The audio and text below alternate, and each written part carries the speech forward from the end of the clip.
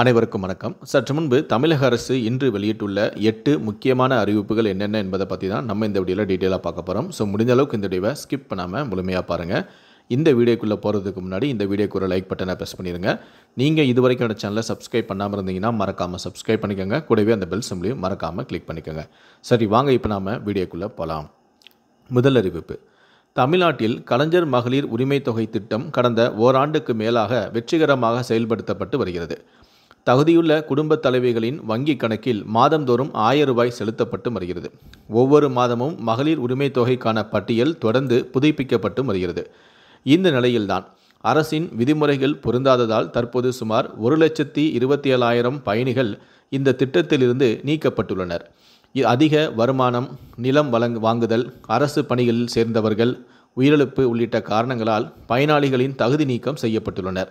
பயனாளிகளின் வங்கிக் கணக்குகள், நில பதிவுகள், வருமான வரி கணக்குகள், வாகன பதிவு ஆகியவற்றை டிஜிட்டல் முறையில் சமூக பாதுகாப்பு ஆணையரால் கண்காணிக்கப்பட்ட நிலையில் இந்த நடவடிக்கை எடுக்கப்பட்டுள்ளது. இரண்டாவது அறிவிப்பு: ரேஷன் கடைகளில் 3 பிரிவாக பொங்கல் தொகுப்பு வழங்க தமிழ்நாடு அரசு சூப்பரான ஒரு அறிவிப்பை வெளியிட்டுள்ளது. இதில் இனிப்பு பொங்கல் தொகுப்பானது என்ற பெயரில் 199 ரூபாய்க்கும், கூட்டுறவு சிறப்பு பொங்கல் தொகுப்பு என்ற பெயரில் 499 ரூபாய்க்கும், பெரும் பொங்கல் தொகுப்பு என்ற பெயரில் 999 ரூபாய்க்கும் பொருட்கள் விற்பனை செய்யப்பட உள்ளது. இந்த பொருட்களின் தொகுப்பினை விற்பனைக்காக தயார் நிலையில் வைத்துக் கொள்ளுமாறு அனைத்து மண்டல இணை பதிவாளர், நுகர்வோர் கூட்டுறவு மொத்த விற்பனை பண்டகசாலைகள் மேலாண் இயக்குநர்கள், கூட்டுறவு விற்பனை சங்கங்கள் மேலாண் இயக்குநர்கள் அறிவுறுத்தப்பட்டுள்ளனர். மூன்றாவது அறிவிப்பு: தெற்கு அந்தமான் கடல் பகுதியில் வளிமண்டல மேலடுக்கு சுழற்சி உருவாகியுள்ளதாக இந்திய வானிலை ஆய்வு மையம் தெரிவித்துள்ளது. இது அடுத்த 24 மணி நேரத்தில் காற்றழுத்த தாழ்வு பகுதியாக மாறும் என்றும் கணிக்கப்பட்டுள்ளது. அடுத்த 48 மணி நேரத்தில் இது மேற்கு வடமேற்கு திசையில் தமிழகத்தை நோக்கி நகரும் எனவும் வானிலை ஆய்வு மையம் கூறியுள்ளது.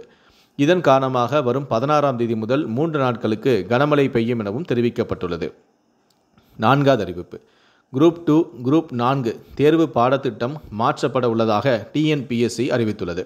தேர்வர்களின் நலன் கருதியும் அரசு துறைகளின் தேவையை கருத்தில் கொண்டும் ஒருங்கிணைந்த குடிமைப் பணிகள் தேர்வு 2க்கான முதல் நிலை தேர்வின் பொது தமிழ் மற்றும் பொது ஆங்கிலத்திற்கான பாடத்திட்டமும், ஒருங்கிணைந்த குடிப்பணிகள் தேர்வு 4க்கான தமிழ் தகுதி மற்றும் மதிப்பீட்டு தேர்வுக்கான பாடத்திட்டமும் மாற்றி அமைக்கப்பட உள்ளது.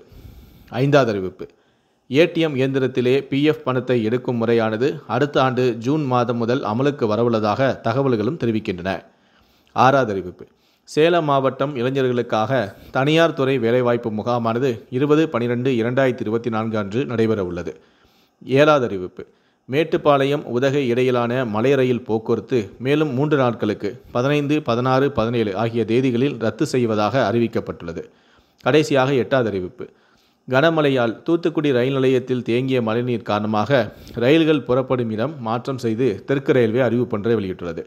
அதன்படி தூத்துக்குடியிலிருந்து மைசூர் செல்லும் விரைவு ரயிலானது இன்று மாலை 5:15 மணிக்கு மீளவிட்டானில் இருந்து புறப்படும் என தெரிவிக்கப்பட்டுள்ளது. சென்னை செல்லும் முத்துநகர் விரைவு ரயிலானது இரவு 8:25 மணிக்கு மீளவிட்டானிலிருந்து புறப்படும் என்றும் தெரிவிக்கப்பட்டுள்ளது. மேலும் தூத்துக்குடியிலிருந்து பாலக்காடு விரைவு ரயிலானது இரவு 10 மணிக்கு மீளவிட்டான் ரயில் நிலையத்திலிருந்து புறப்படும் எனவும் தெரிவிக்கப்பட்டுள்ளது. இந்த 8 அறிவிப்புகளை பற்றிய உங்களுடைய கருத்துக்களை கீழே இருக்கக்கூடிய கமெண்ட் செக்ஷனில் மறக்காமல் சொல்லுங்கள். முடிந்த அளவுக்கு இந்த வீடியோவை மற்றவங்களுக்கும் ஷேர் பண்ணுங்கள். மேலும் இது போன்ற பல வீடியோக்களை பார்க்கணும் அப்படின்னு நினச்சிங்கன்னா மறக்காமல் சேனலை சப்ஸ்கிரைப் பண்ணுங்கள். நன்றி, வணக்கம்.